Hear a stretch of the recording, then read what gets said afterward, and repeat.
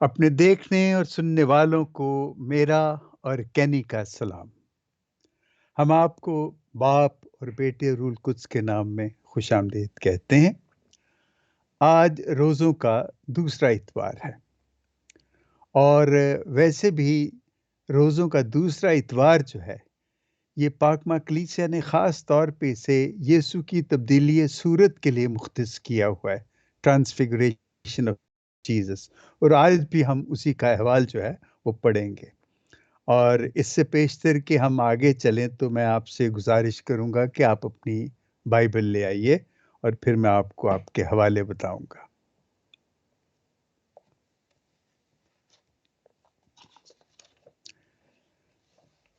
आज का पहला हवाला है, पहली तिलावत है तकवीन या पैदाइश की किताब, उसका 22वां बाब,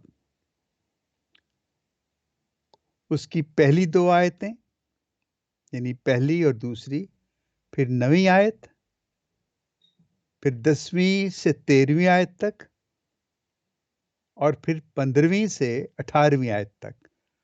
मगर मैं आपसे गुज़ारिश करूँगा कि आप ये पूरी जो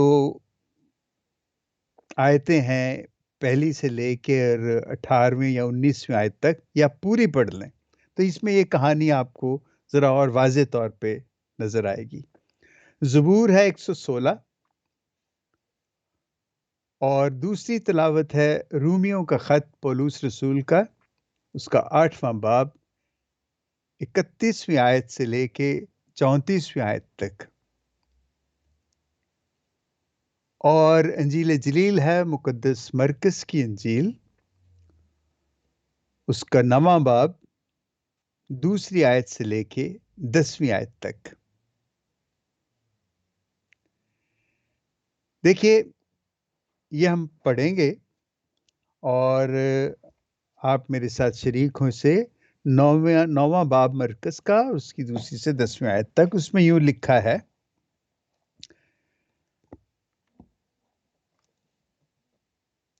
और उसकी पोशाक ऐसी दरख्शां और नहायत सफ़ेद हो गई कि दुनिया में कोई भी कस्सार वैसी सफ़ेद नहीं कर सकता।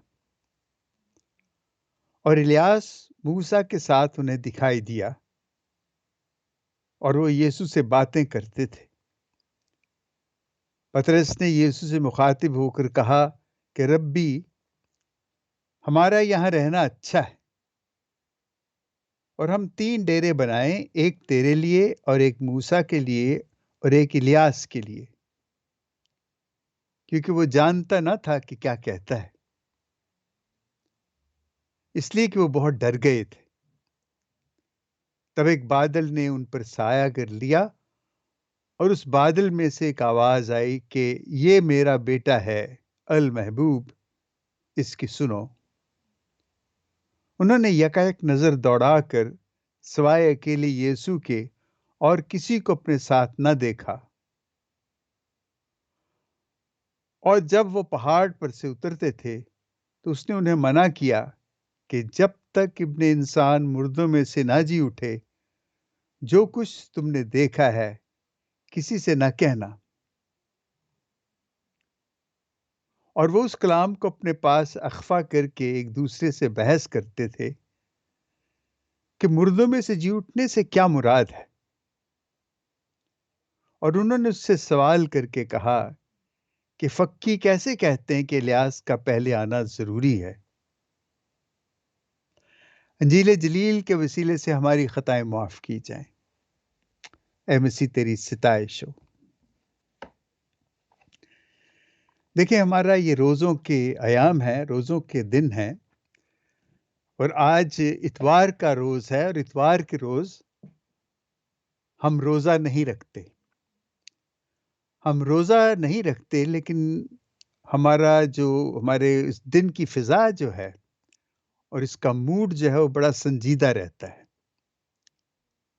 उस रोज़ भी हमारी इबादतें और हमारी तिलावतें यीशु की उलूहियत और मौत और उसके जी उठने से मुताल्लिक होती हैं। देखें, आप जब ये तिलावतें पढ़ेंगे ख़ास तौर पे मेरी दरख़्वास्त आपसे ये होगी कि जो पहली तिलावत है उसको ज़रूर पढ़ें और उसकी पूरी, मैंने जैसे पहले कहा कि पहली से 18वीं आयत तक उसको पढ़ें। फिर आपको ज़्यादा अच्छा लगेगा जब हम जो आज हम बातचीत कर रहे हैं, जब आप पढ़ेंगे तो आपको नए ऐहदनामे में से खुदावंद यीशु मसीह की तब्दीली सूरत के बारे में जो होगी तो आपको और ज़्यादा समझ आएगी कि ये सब क्या था। देखें, यीशु खुदा का बर्रा है और यूहन्ना बपतिस्मा देने वाले ने पहले ही दिन उसे आते देख के कहा कि देखो ये खुदा का बर्रा है जो जहान के गुनाहों को उठा ले जाता है।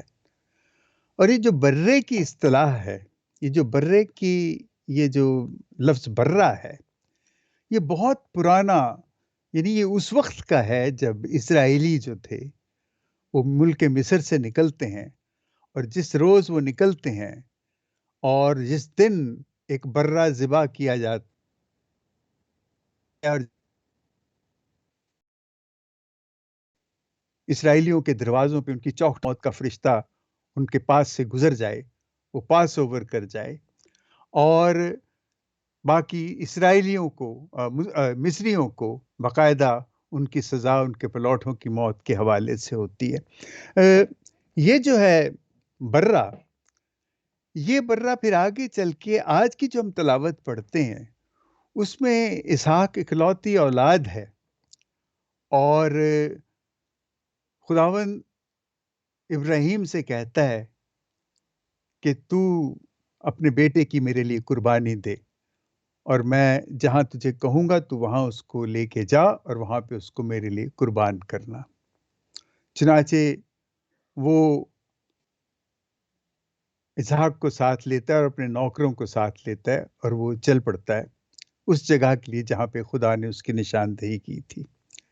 अब देखिए अजीब इत्तेफाक है, जिन पहाड़ों पे मोरिया के जिस इलाके में जो पहाड़ जिस पे इब्राहिम अपने बेटे को लेके जाता है उसका नाम ताबूर है और तारीख कहती है और आज के जो मुहक्किक हैं वो ये कहते हैं कि ये जो ताबूर का पहाड़ है और ये मोरिया का जो इलाका है, इसी में से इस ताबूर के इस पहाड़ों में से एक पहाड़ी जो है वो कलवरी है और यीशु को भी वहीं पे कुर्बान किया गया था, जहाँ इब्राहिम अपने बेटे इसहाक को कुर्बानी के लिए लेके जाता है। और वो जब उस पहाड़ी के दामन में पहुँचते हैं तो वहाँ पे अपने नौकरों को रोक के कहता है कि तुम यहाँ ठहरो, हम अभी आते हैं। और उसने इब्राहिम ने जो लकड़ियाँ थी कुर्बानी के लिए जो आग जलानी थी, वो अपने बेटे इसहाक के कंधे पे लाद दी कि लेके चलो। और मैं देख रहा था कि बिल्कुल उसी तरह यीशु भी अपनी सलीब उठा के कलवरी के पहाड़ की तरफ जाता है, कलवरी पर जाता है और वहाँ जाके वो कुर्बान होता है। फ़र्क ये है कि वो उसकी कुर्बानी नहीं होती, वहाँ पे खुदा मुहैया करता है एक बर्रा, जबकि यीशु जो है वो बज़ात खुद बतौर बर्रा वहाँ कुर्बान होता है। अब ये दोनों चीज़ें जो मेरे बताने का मकसद ये है कि देखें जो बर्रे की कुर्बानी और बर्रे की जो इलामत है, वो चलती चली आ रही है और अब आके वो यीशु पे आके वहाँ रुक जाती है और मुकम्मल वो यहीं पे होती है। अब इस सारी कहानी में उधर भी पहाड़ हैं, बर्रा है, बेटा है और इकलौता बेटा है और नए अहदनामे में भी पहाड़ है, बर्रा है, यीशु वो इकलौता बेटा है जिसको जिसकी कुर्बानी होनी है। फ़र्क सिर्फ़ ये है कि वहाँ इसहाक की कुर्बानी नहीं होती, लेकिन यहाँ पे यीशु जो है, खुदा का बेटा जो है, वो कुर्बान होता है। और ये जो सारी चीज़ें हम पढ़ते हैं, ये हमारी खुशकिस्मती है कि हमारे पास लिखा हुआ अहवाल है। हमने जान लिया कि ये सारी कहानी, ये सारा वाक़या कैसे हुआ, कब हुआ, कहाँ हुआ। लेकिन यीशु के ज़माने में वो जो शागिर्द थे, उन बेचारों को तो अंजाम का पता ही नहीं था और वो ये जानते भी नहीं थे कि ये सब कुछ क्या हो रहा है। अब देखें, शागिर्दों के लिए ये काफ़ी अरसा इंतज़ार करना पड़ा कि उनको मालूम हो कि ये जो कुर्बानी या यीशु ने जो बातें उनको पहले बताई थीं, ये सब क्या थीं? और देखें, जब यीशु अपने शागिर्दों से पूछता है, उन्होंने कहा कि लोग कहते हैं कि तू फलाँ नबी है, तू एलिय्याह है या कोई और नबी है। तो यीशु ने पूछा कि तुम क्या कहते हो? तो पतरस ने कहा कि तू अल मसीह है। ये उन्होंने कह तो दिया, लेकिन अभी भी वो चूँकि अल मसीह का जो तसव्वुर उन लोगों के ज़हन में था, यीशु का तो दूर-दूर तक उसमें कोई शायबा नज़र नहीं आता था। तो वो इन जानना चाहते थे और यीशु भी उनको बताना चाहता था कि अल मसीह मैं हूँ, तो मैं कैसा अल मसीह हूँ? तुम्हें कैसा अल मसीह नज़र आएगा? तो जब वो उसके साथ देखें, अब यहाँ पे यीशु का ये दूसरा ज़हूर है। पहला ज़हूर वो है, जब वो पैदा होता है तो मजूसी आके कहते हैं कि बादशाहों का बादशाह जो पैदा हुआ है, हम उसको सजदा करने आए हैं और उसे हम ये तोहफ़े देने आए हैं। अब उसको, वो बादशाहों का बादशाह, ये हमने पढ़ा, दूसरों ने भी जब अल मसीह का ज़िक्र सुना, तो वो यही समझते थे कि वो वाक़ई बादशाहों का बादशाह है। अब ये शागिर्द जो हैं, और ये शागिर्द कौन है? ये यीशु का वो ख़ास अंदरूनी हल्का है, जिसमें पतरस है, याकूब है, यूहन्ना है, ये अक्सर तीनों यीशु के साथ रहते थे। तो वो इन तीनों को लेके अपने साथ चलता है। ग़ालिबन यही मकसद होगा कि यीशु अपनी अलूहियत उनको बताना चाहता होगा कि ये जो अल मसीह तुम जिसे कह रहे हो, वो असल में है कौन? तो वो उनको लेके ये इस पहाड़ पे वो चढ़ता है, और मुझे लगता है कि काफ़ी चढ़ाई होगी, क्योंकि जैसे नज़र आता है कि जब वो ऊपर पहुँचते हैं और यीशु जैसे वो अमूमन दुआ करने के लिए वो शागिर्दों से ज़रा हट जाता था, थोड़ी एक ऐसा इलाका लेता था कि जहाँ पे वो तन्हा दुआ कर सके, तो वो उनसे हट के दूर दुआ करने के लिए जब जाता है, तो ये थके-हारे कुछ नींद में डूबे ऊँघने लगते हैं, और उसी दौरान उनको ये रोया नज़र आती है। उन्होंने क्या देखा कि यीशु का चेहरा एकदम सफ़ेद हो गया है, उसका लिबास भी सफ़ेद हो गया और उसमें से शुआएँ निकल रही हैं, और ये बहुत डर जाते हैं। और ये डर जाते हैं, और पतरस तो ख़ास तौर पे बहुत ही खौफ़ में होता है, तो वो डर के मारे एकदम कहता है यीशु को कि उसने, लेकिन वो रोया क्या देखता है कि जब उसकी ये सूरत बदल जाती है, ये रोशनी और ये नूर उसमें से निकलता है और वो उस पे नज़र नहीं ठहरा सकते, तो उसी वक़्त, उसी लम्हे मूसा और एलिय्याह, वो दोनों भी वहाँ मौजूद होते हैं और वो बातें करते हैं। उनको सुनाई तो नहीं देता, दिखाई देता है कि वो बातें कर रहे हैं। तो पतरस मारे डर के फ़ौरन कहता है कि ए रब्बी, और वहाँ पे वो उस्ताद और वो कहना भी शायद उसके, एकदम उसने कहा है रब्बी, बेहतर है कि हम यहाँ पे 3 ख़ैमे लगाएँ, एक तेरे लिए, एक मूसा के लिए और एक एलिय्याह के लिए। और जब वो ये कहता है, तो एकदम एक बादल आ जाता है और वो बादल में छुप जाते हैं, और एक आवाज़ आती है कि ये मेरा अल महबूब, मेरा प्यारा बेटा है, मेरा अल महबूब, इसकी सुनो। और फिर जब उनको होश आता है, देखते हैं तो वहाँ सिवाय यीशु के और कोई नहीं होता। अब ये जो वाक़या है, इसके बारे में बड़ी बातें की गई हैं, लेकिन उनमें से सबसे बड़ी बात ये है कि क्या वजह है कि ये क्यों ये वाक़या पेश आया? यीशु को जो अपनी तब्दीली सूरत जो है, इसका ये क्यों ऐसे हुआ?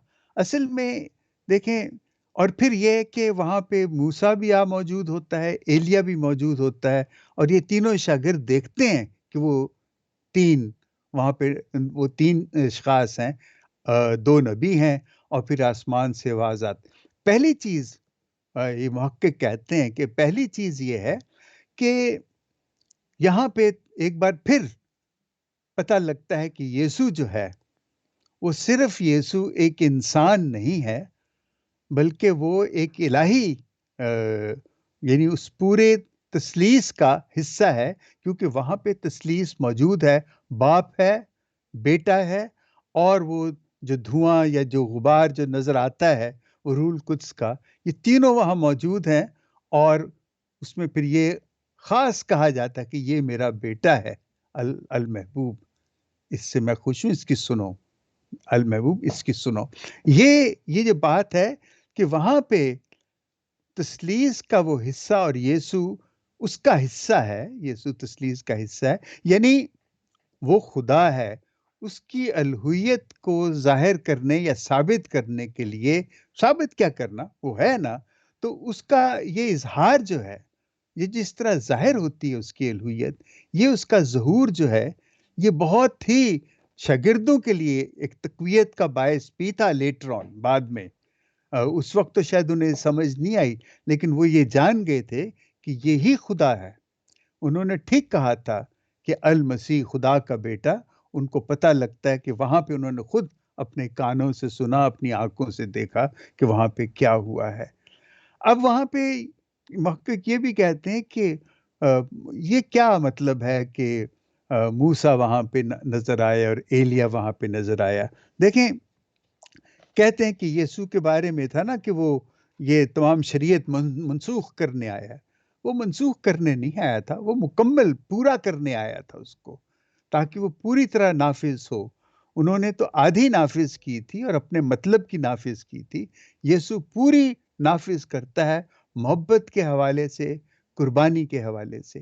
اور یہ جو موسیٰ کا وہاں ہونا، یہ یسوع کا مکمل اختیار، یسوع کی مکمل شریعت کی تکمیل، یہ اس کا اظہار ہے۔ اور اس کے بعد جو ایلیا کا موجود ہونا، وہ وفادار ایک نبی تھا، اور جو نبیوں کی وفاداری اور ان کی تابع فرمانی جو ہے، آپ کو یاد ہوگا کہ کیسے ایلیا نبی نے کس طریقے سے ایزابیل کے وہ جو جھوٹے نبی تھے یا جو پجاری تھے، ان کو قتل کیا۔ یہ خدا کی محبت میں، خدا کی وفاداری میں، یا دنیا کو بتانے کے لیے کہ اصل خدا کیا ہے، جس نے اس قربانی کو ساری دنیا کے سامنے، وہ آگ اوپر سے برستی ہے اور وہ قربانی ہوتی ہے جو ایلیا نے تیار کی تھی مذبح پہ۔ تو یہ وفاداری کی جو علامت، خدا سے پیار اور وفاداری کی جو علامت ایلیا نبی، یسوع خود سراپا وفاداری اور محبت ہے۔ ایلیا تو بھاگ گیا اور اس کو بعد میں اس کا جو انجام ہوتا ہے وہ الگ ہے، لیکن یسوع نے خود اپنے ہمارے گناہوں کی خاطر اس نے یہ قربانی دی، اور اس کی یہ جو قربانی ہے، اسی کی وجہ سے آج ہم یہاں بیٹھے ہوئے، ہم اپنے آپ کو مسیحی بھی کہتے ہیں، اور ہم چاہتے ہیں کہ ہم یسوع کی طرح ہی اپنی زندگی گزاریں۔ اب اس زندگی کو گزارنے کے لیے دیکھیں، مقدسہ پاک ماں کلیسیا نے روزوں کا ایام مقرر کیے ہیں، اور روزوں کے ایام کا مقصد صرف یہی نہیں کہ ہم روزہ رکھتے، روزوں کے ایام کا بڑا زیادہ تر یہ ہے کہ اس میں سوچ بچار، ریفلیکشن کا، میڈیٹیشن کا بہت تعلق ہے۔ اور کس قسم کی سوچ بچار ہے؟ دیکھیں، آج کی اور ان روزوں کے درمیان جتنی بھی تلاوتیں ہوں گی، وہ تمام کی تمام جو ہیں یسوع سے متعلق ہیں، یسوع کی موت سے متعلق ہیں، یسوع کے جی اٹھنے سے متعلق ہیں، اس کی زندگی سے متعلق ہیں۔ وہ اس لیے کہ ہم ان روزوں کے دنوں میں ان تمام چیزوں پہ غور کریں۔ اور غور ہم کیا کریں؟ غور ہم یہ کریں کہ تھوڑا سا وقت، دیکھیں، ہم جب غور کرنے کی بات کہتے ہیں تو ہم فوراً سمجھتے ہیں کہ ہمیں بس عبادت کرنی چاہیے، بائبل پڑھنی چاہیے، یا عبادت میں شریک ہونا چاہیے۔ میں سوچتا ہوں کہ تھوڑا سا وقت ہمیں اپنے لیے اکیلے نکالنا چاہیے کہ یسوع کے ساتھ بیٹھ کے کچھ تھوڑی بات چیت کریں، خدا کے ساتھ اپنا وقت کچھ گزاریں، اس کا ہاتھ پکڑ کے تھوڑا سا چلیں، اور ذرا غور کریں کہ ہماری زندگی میں کہاں کہاں خدا نے عمل دخل ظاہر کیا ہے، یا کہاں کہاں ہم نے اس سے مدد مانگی، اور کس طریقے سے وہ اس نے ہماری مدد کی، یا ہمارے ان حالات میں وہ شریک ہوا، یا ہمارے حالات میں وہ کہاں کہاں ظاہر ہوا۔ دیکھیں، ہم اپنی زندگی ایک ڈھب سے گزارے چلے جاتے ہیں اور کبھی ہم ان چیزوں پہ غور نہیں کرتے۔ آپ یقین کریں کہ اگر آپ غور کریں گے تو آپ کو بہت سی جگہوں پہ اپنی زندگی میں چھوٹی بڑی ایسی بے شمار آپ کو مثالیں ملیں گی جہاں پہ آپ کو نظر آئے گا کہ خدا آپ کے ساتھ ہے، خدا آپ کے ساتھ چل رہا ہے۔ اب دیکھیں، یہ سنے تو اپنی قربانی دے دی، ہم کہتے ہیں اس نے قربانی دی، لیکن ہمیں یہ سوچنے کا موقع میں اس کی قربانی کے عوض ہمارے پاس کیا ہے کہ ہم اس کو دیں؟ ہمارے پاس ہے ہی کیا؟ ہم ہیں کیا کہ ہم اس کو کچھ دیں؟ ہم اتنی سی بات کر کے سمجھتے ہیں کہ واقعی ہمارے پاس تو کچھ نہیں ہے، چلو پھر ایسی زندگی گزر۔ نہیں، یہ بات نہیں، ہمارے پاس بہت کچھ ہے۔ اسی خدا نے ہمیں اتنا کچھ دیا ہے، لیکن ہمارے پاس وقت نہیں ہے اس کو کچھ واپس دینے کا۔ پچھلی دفعہ کچھ باتیں میں نے کی تھی، وہ کافی نہیں ہے۔ یہ کچھ نہ کچھ انفرادی طور پہ فردن فردن میرا خدا کا، آپ کا خدا کا یہ رشتہ کیا ہے، کیسا ہے، اس پہ ہمیں ان دنوں میں غور کرنے کی ضرورت ہے۔ ہمیں ضرور سوچنا چاہیے۔ پچھلے دنوں یہ کچھ چند دن ہوئے، میں ایک دوست کے ذریعے مجھے اتفاق ہوا، کنگن پور ایک قصبہ ہے پاکستان میں، قصور کے نزدیک، وہاں کی مسیحیوں کے ساتھ میں بات چیت کروں تو وہاں ہم بات چیت کر رہے تھے، تو ایسے ہی میں نے ان سے پوچھا کہ آپ نے خدا کو دیکھا ہے؟ کیسی ہے اس کی شکل، اس کی صورت کیسی ہے؟ تو شاید انہوں نے پہلے اس بات پہ سوچا ہوگا، لیکن اس طرح پبلک میں اس طرح کی بات شاید انہوں نے نہ کی ہو، تو وہ سوچنے لگے کچھ نے، کوئی بات، بے شمار باتیں ہوئیں، میں ان کا ذکر نہیں کرنا چاہتا، لیکن کسی نے بھی یہ بات، پھر ایک خاتون تھی تو اس نے کہا کہ خدا نے ہمیں اپنی شکل پہ بنایا ہے، تو اگر خدا کو ہم نے دیکھنا ہے کہ وہ کیسا ہے تو وہ تو پھر ہماری شکل کا ہی ہم جیسا ہے۔ تو میں نے کہا بالکل یہی ہے کہ آپ اور میں، وہ ہم سب سب خدا ہی کی شکل پہ بنائے، تو ہم خدا کو دیکھتے تو ہیں ایک دوسرے میں، لیکن سمجھتے نہیں ہیں۔ لیکن اگر ہم یہ مانتے ہیں کہ اس نے ہمیں بنایا ہے تو پھر ہمارے تعلقات خدا سے کیسے ہونے چاہیے؟ دیکھیں، ہم خدا کے ساتھ ہمارے تعلقات، ہمارا طور طریقہ بالکل فرق ہے، اور اس کی شکل پہ بنائی ہوئی چیز جو ہے انسان، اس کے ساتھ ہمارا طور طریقہ فرق ہے۔ دراصل وہی ہونا چاہیے جو خدا کے ساتھ ہمارا طور طریقہ ہے۔ اگر ہم یہ اپنا لیتے ہیں تو ہماری زندگی جو ہے وہ بالکل ایک فرق زندگی بن جائے گی۔ ابھی بھی دیکھیں، آج کل جیسے میں کہتا ہوں کہ بنگلہ دیش، ہندوستان، پاکستان، ان ملکوں میں ہم مسیحوں کے ساتھ کچھ اتنا اچھا سلوک نہیں ہو رہا، اور وہ کیوں نہیں ہو رہا، میں اس کے بارے میں کوئی بحث میں نہیں جانا چاہتا، لیکن میں یہ ضرور کہتا ہوں کہ ہم جو یہاں بیٹھے ہیں، جو ہم اس کمفرٹ زون میں ہیں، اور بلکہ میں تو دنیا بھر کے مسیحوں سے جو ہماری آواز سنتے ہیں، جو ہمیں سمجھتے ہیں، جو ہماری اس تکلیف سے واقف ہیں کہ پاکستان، ہندوستان اور بنگلہ دیش میں مسیحوں کے ساتھ کیا سلوک ہوتا ہے، میں کہوں گا کہ روزوں کے ان دنوں میں ایک روزہ، یہ نہیں کہ آپ روٹی نہ کھائیں، میں یہ نہیں کہتا کہ آپ خوراک کے بارے میں روزہ رکھیں، میں کہتا ہوں کہ روزہ آپ یہ رکھیں کہ اس دن، ایک دن، ہم سب اپنی زندگی کا، روزوں کا ایک دن ان لوگوں کے لیے مختص کریں، ان کے لیے ہم ان کے بارے میں سوچیں، دعا کریں کہ خدا ہمیں اور زیادہ تقویت دے کہ ہم کسی طریقے سے ان کے لیے کوئی مدد ثابت ہو سکیں، ان کو تسلی دے سکیں، ان کو کوئی حوصلہ دے سکیں، ان کو کوئی امید دلا سکیں۔ دیکھیں، امید دلانا بہت بڑی بات ہے، اور اگر ہم خدا سے دعا کر کے، ہم اس سے کوئی ایسے ذرائع جان کے یا ایسی معلومات حاصل کر کے اگر ہم ان لوگوں کو کوئی امید دلا سکیں تو یہ بڑی بات ہوگی۔ لیکن اس امید کے لیے ہمیں ضرور سب کو مل کے بیٹھ کے ایک دن اپنے روزوں کا جو ہے، یہ 40 دنوں کا ایک دن ہم ان لوگوں کے لیے مختص کریں اور ہم خدا سے دل سے دعا مانگیں کہ اے خدا ان کی ان تکلیفوں کو بتا ہم کیسے کم کر سکتے ہیں۔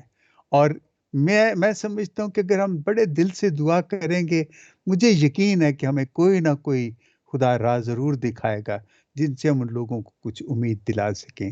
بھائی اور بہنوں، اس مقصد کے لیے ہمیں ضرور محنت اور دعا کرنی چاہیے۔ آمین۔ باپ اور بیٹے اور روح القدس کے نام میں آمین۔